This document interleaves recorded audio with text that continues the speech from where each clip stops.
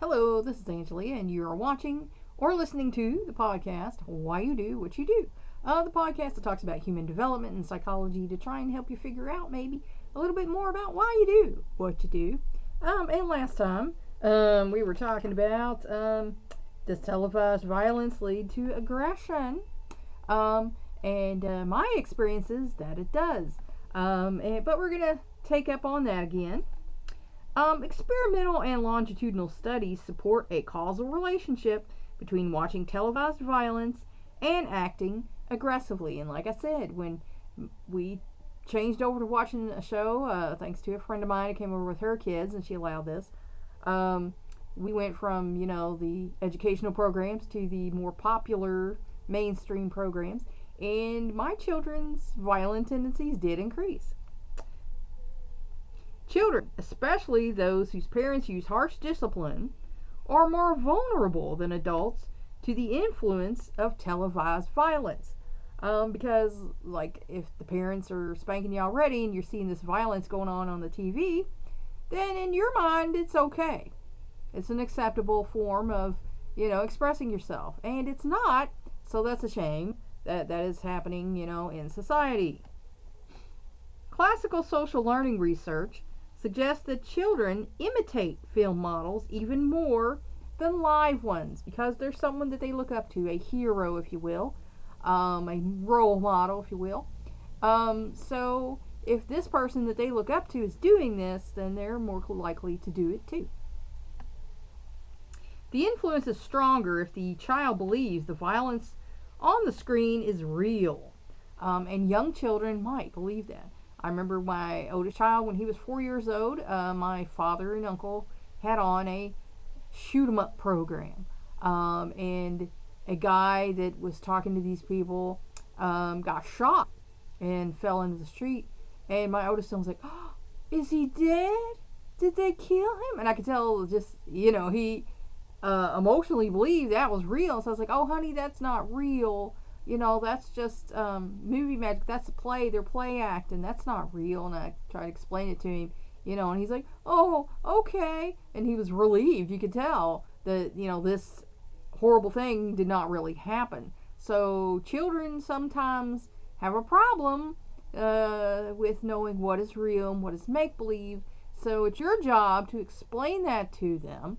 And it's better if they're not exposed to that. But like I said, if you're at other people's houses, they're going to do what they want to do, and you're just a guest, so you might not feel like you can say, hey, I don't want you doing that. And they're going to be like, well, we get it out then.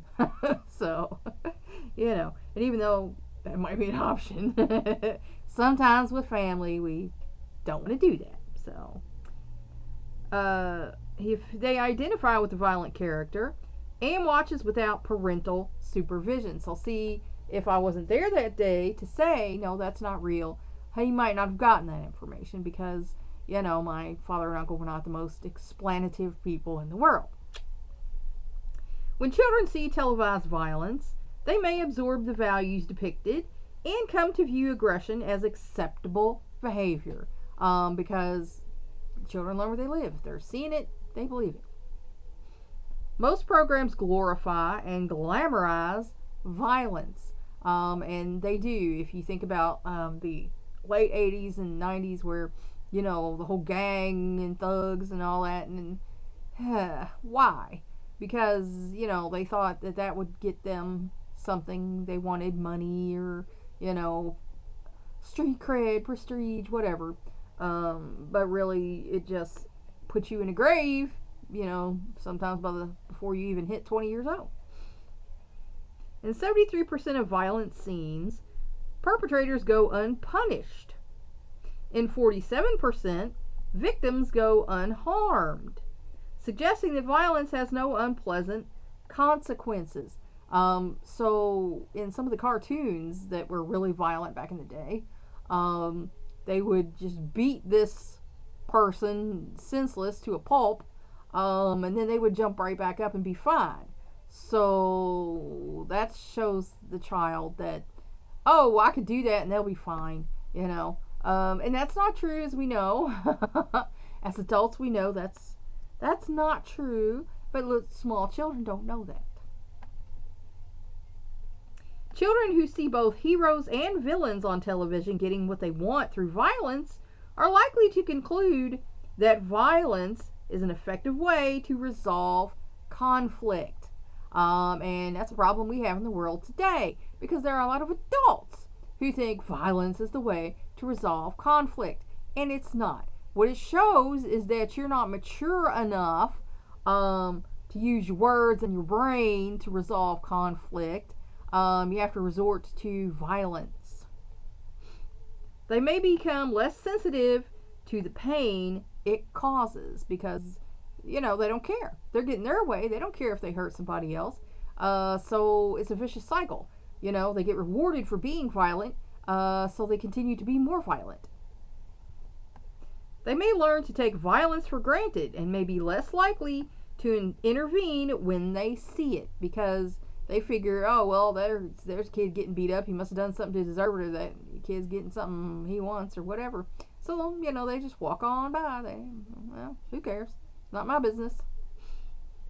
Of course, some children are more impressionable, more impulsive, and more easily influenced than others, because we're all different. We all have our own personalities. And if, like I said, if the home situation is not that great, they're more vulnerable to violence being a thing in their life. And so, as a society, people get upset when, you say about, not disciplining your children harshly, maybe not spanking or whatever. They feel like that's their business, that's in their home. But we found as a society that it is a problem, that a violent home produces violent people, and for all of us, that's not good. The larger the dose of television, the more harmful its apparent effects. So the more the kid watches TV, the more that's ingrained into them, and the more likely they are to act that out. In a survey of 2,245 third through 8th graders in 11 Ohio public schools, the more television children said they watched each day, especially among those who preferred action programs, the more trauma symptoms such as anxiety, depression, stress, and anger, and violent behavior they reported. So, there's a connection there. The children, like I said, at home they might already be experiencing violence, and now they're watching this violence. And they get an impression that the world is not a friendly place, the world is not a good place, and they need to be defensive all the time. And, proactive sometimes by committing violent acts against their peers to get what they want out of life. Children with psychological and behavioral problems may watch more television than children without such problems. And a heavy diet of television may well worsen such problems. So, kids who already are seeing violence are more drawn to this, because in their own mind they're actually trying to work this out. They're trying to, have a good outcome some kind of way. But they're not seeing that, and so they develop problems. And if they are already having problems, that just compounds the problems. So it's a vicious cycle. Thus, heavy television viewing may indicate problems that may need treatment. Because, number one, it can be an escape mechanism. Their life is not that great, and so their life is now the TV. And there are adults like that. That their life is the TV, or YouTube or games or whatever. That their real life is just not something they even pay attention to, and that's a sign that there's a problem there. The long-term influence of televised violence is greater in middle childhood than at earlier ages. 8 to 12-year-olds seem particularly susceptible. So those are the ages you got to really kind of watch them, because during that they're kind of aware enough now, as an older child, to take things in and to start learning and processing and making things a part of their personality, because that's when the personality really starts coming into play, and they start forming theirs between 8 and 12. If you think back to when you were a kid, that's when you really started remembering stuff. It was like about third grade or so. So between the ages of 8 and 12 is when they start putting things into their own personality. Well, I like this and I like that, and it's more than just like taste or sense, things. It's philosophies that they start adding into their personality. So that's when you kind of have to keep an eye on those little people and make sure that you give them a little guidance when they're adding philosophies to their personality. Among 427 young adults whose viewing habits has been studied at age 8, the best predictor of aggression in 19-year-old men and women was the degree of violence in the shows they had watched as children. And how do they know that? Because they did the studies to find that out. They asked the questions. They had the questionnaires. They probably went into a troubled youth facility and they asked them about that. Excuse me. So this is something that is serious. And if you want to watch the adult programming, most of it comes on at 10 o'clock anyway on network TV. Make that rule in your house. If you want to watch the adult programming, 10 o'clock when the kids are in bed, then you can watch the adult programming. In a follow-up study, the amount of television viewed at age 8 and the preference among boys for violent shows predicted the severity of criminal offenses at age 30. So if these little kids are starting out watching this and then these violent, guys become their heroes, and I like to do that. I'm going to do that when I grow up. And he's got rewarded. So that might work for me too. This drug kingpin in this movie, he's got all this money and the house and all this stuff. Well, I can do that too. And so it's a bad thing. And you need to not let these young children be seeing these things. They're not emotionally ready for it. You're traumatizing their little brains and giving them input. Because like I said, our brains are like a computer. I bought a computer that had nothing in it. I didn't know it. The guy said, oh, well, this is good for this and this and this. But it had nothing in it. It had no extras. We had to go and download all the drives and things for it. And that's annoying. But anyway, that's how your child is. Your child is, like that computer. It's got the capabilities, but you have to program it.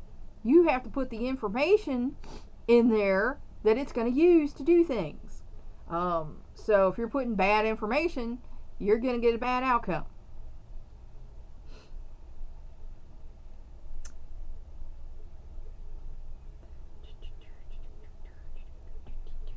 Alright.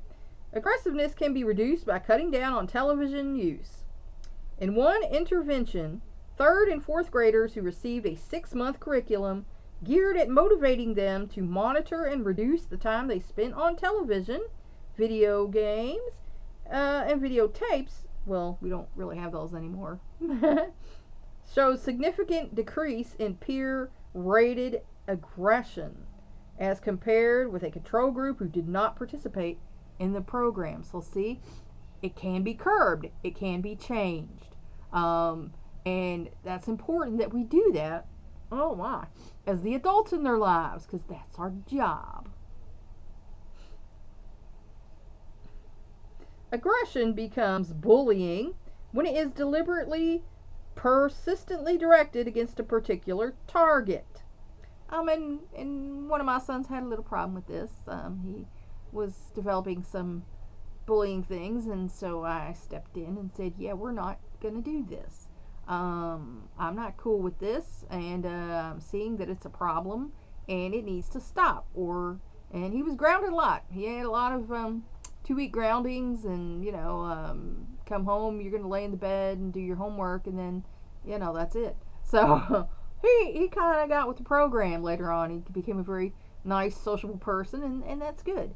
And if I had not stepped in, I don't believe that would have been the outcome. A victim who typically is weak, vulnerable, and defenseless. And that's why bullies do it. because they know they can win. They're picking on this little person because it gives them a feeling of power. And at the time, like I said, the child in question, his father and I had gone through a nasty divorce. There was custody battle, and so he felt pretty powerless. So I think his way of coping with that powerless feeling, since he, has some emotional problems because of his mental state, I feel like he used that as a coping mechanism to feel powerful, to feel like he had some power in his life. But of course, that's not okay. So we had to nip that one in the bud. More than 2 million U.S. school children, about 30% of those in grades 6 through 10, are either bullies or victims, according to a survey of nearly 16,000 students. So that's a shame. That is a shame. That kids, and especially if kids know they're bullies and will confess that, yeah, I'm a bully, I pick on kids, because they're mean, or because, I wanted this, or I don't have enough money for stuff, and so that's why I'm taking their lunch money, and, there needs to be some interventions there, because being a bully is a cry for help. We didn't like our bullies. Like I said, I had a problem with bullies, and I would fight bullies. But it's a cry for help. They're saying, hey, I got a problem. Look what I'm doing. It's the attention-seeking behavior. And it needs to be addressed.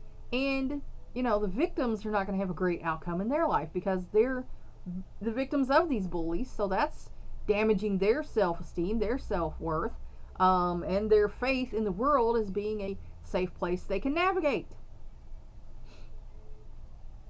Male bullies tend to use physical force, overt aggression, and to select either boys or girls as victims. So boys are equal opportunity bullies. They don't care who they bully as long as they think it's going to get them what they want.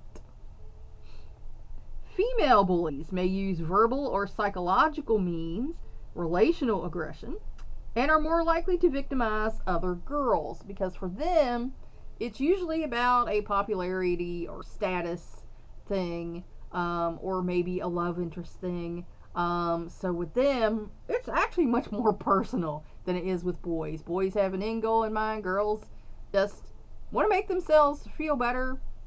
So, there's an interplay there. And you gotta watch them young girls, because them young girls can be vicious and mean to each other. I mean, I had a chick talking about me in a sexual manner that was seriously inappropriate, and I got in trouble, and then I was like, why am I getting in trouble? And this person's the one that said this and did this. Why am I in trouble about this? And then I ran to the counselor about it, and then they had a talk with the teacher and the person, and it got all hashed out. But I mean, that gave me serious, shock. I was traumatized by the event because then I felt like, hey, this person's bullying me and picking on me, and I got in trouble for this. What is that about? It gave me a trauma that the world was not safe. That I thought in school, where teachers and the authority figures usually liked me, and other kids liked me, and now I was put in this position where I was being treated this way.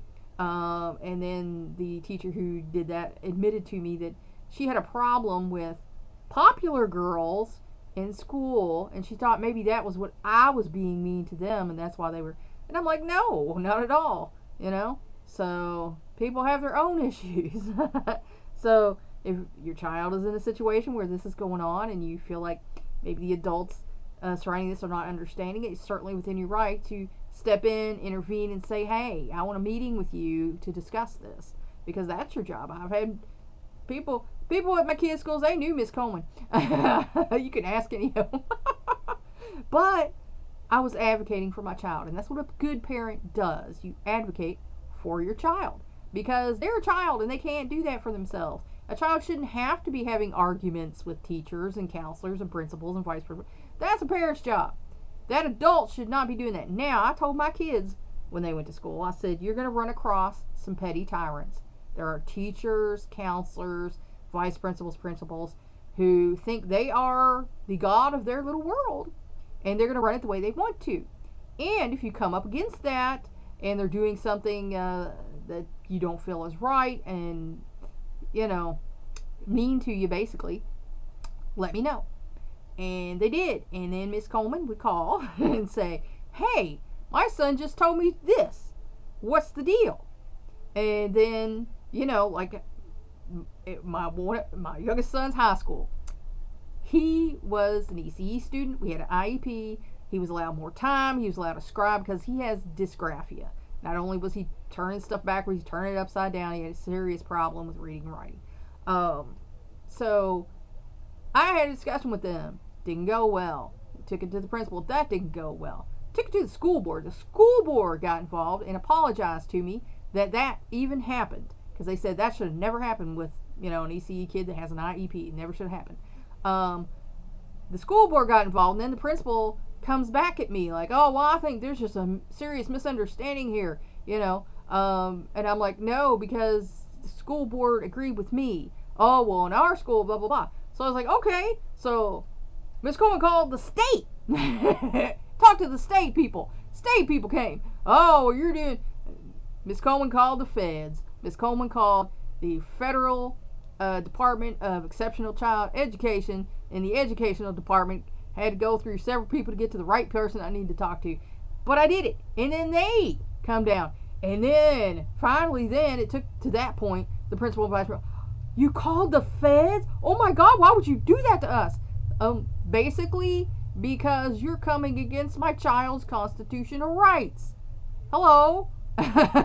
So, sometimes, as a parent, you gotta step in, because there are petty tyrants in the world who will do what they want to. And what that teaches your child is that might makes right. That laws don't matter, because if you're in charge of someone, then you can do whatever you want. And that puts them in a vulnerable situation to be abused. So, don't let that happen to your kids. If someone's coming against them and they're in the wrong, it's your job to step in as an adult to deal with the other adults in their life. And the school's going to tell you differently about their rules. No. I'm voluntarily sending my child to a public school. I don't have to. I can send you a letter at the beginning of the year saying I'm homeschooling this child. I don't have to send my kid there. You have no rights over my child. You have the rights that I give you over my child, and I can take those away at any time. So, don't let those people tell you about their rules in their school, because there are general rules. And if you don't like the rules in that school and they won't go by them, you can pull that kid out. So, be aware of that one. Victims of relational aggressions tend to have poor relationships with peers, depressive symptoms, or antisocial behavior. So, if you're noticing these things in your kid, step in. If your kid is showing signs of depression and anxiety, ask them what's wrong. I noticed a change in your behavior. I noticed you seem hopeless, depressed, or whatever. What's going on? Tell me. I'm here for you. I'll help you if I can.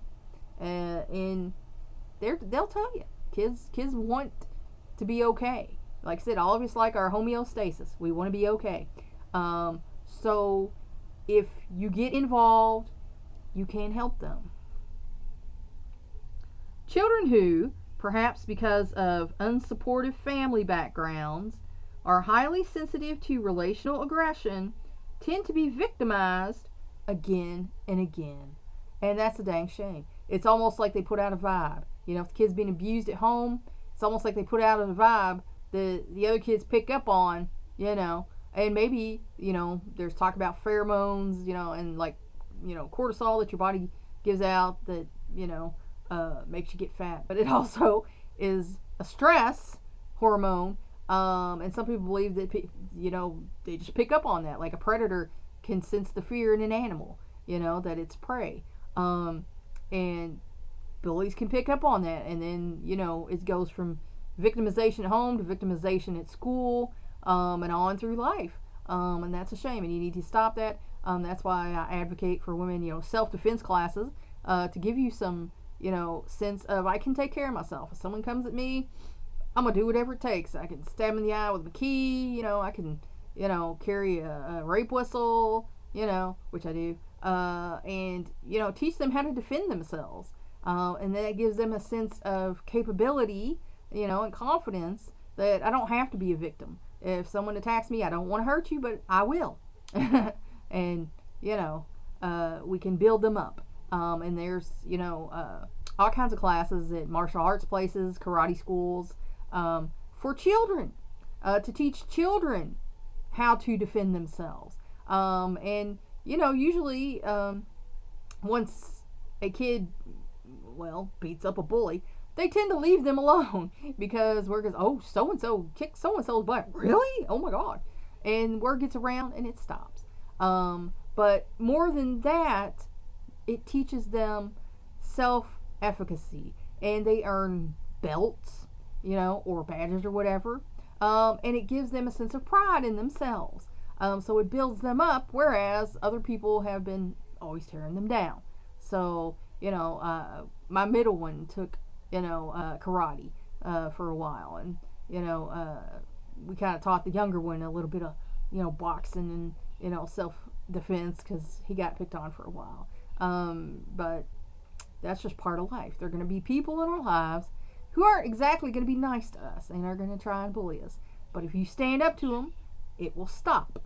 And that's the important thing to teach your child, is you always stand up to a bully. Because there are schools of thought that you don't, you just walk away, turn the other cheek or whatever. And Jesus did advocate that. But, psychologically speaking, as a child, if you allow it, it's going to continue. That people see you as a target, and these kids who feel bad about themselves, because as they say, misery loves company, who are bullies, see you as a target, the word gets out, and then they all start targeting you. And that's an unfortunate reality in the, Lord of the Flies mentality of public schools. So, patterns of bullying and victimization may become established as early as kindergarten.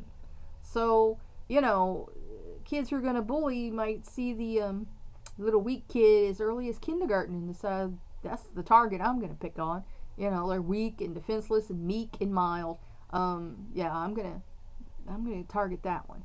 So, like I said, talk to your kids, be aware of what's going on, and so many people are just so involved in their everyday world that they miss what's going on with their kids, and that's a shame. I hate seeing that. I've seen that so many times with people coming into the counseling center and, the psychology group I used to work for, and,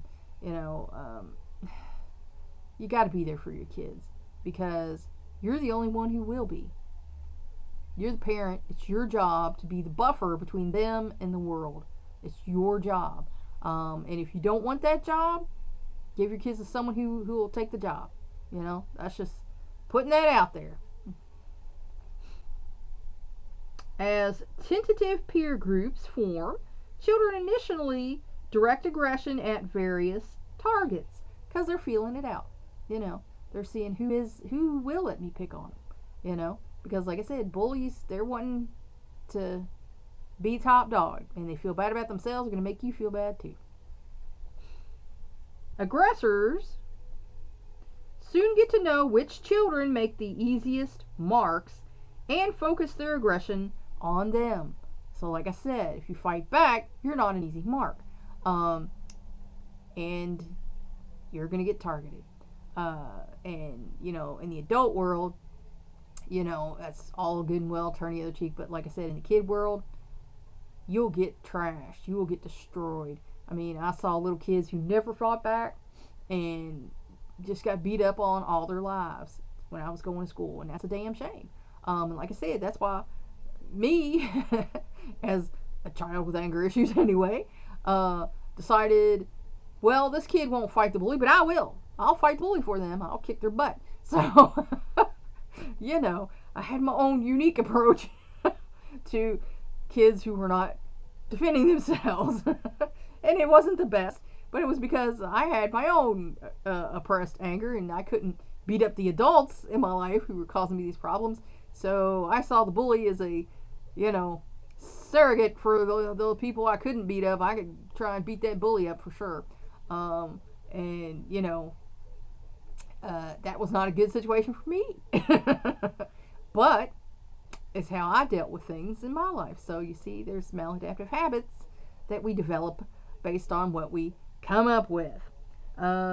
So that's where I'm going to leave you today. I hope that helped you learn maybe a little bit more about why you do what you do. And please like and share so that we can, you know, get this knowledge out there into the world and make it a better place. If you liked it, you can go to my Patreon, Angelia Schwarz-Coleman, to help support this educational program. You know, I'll see you next time. Thanks.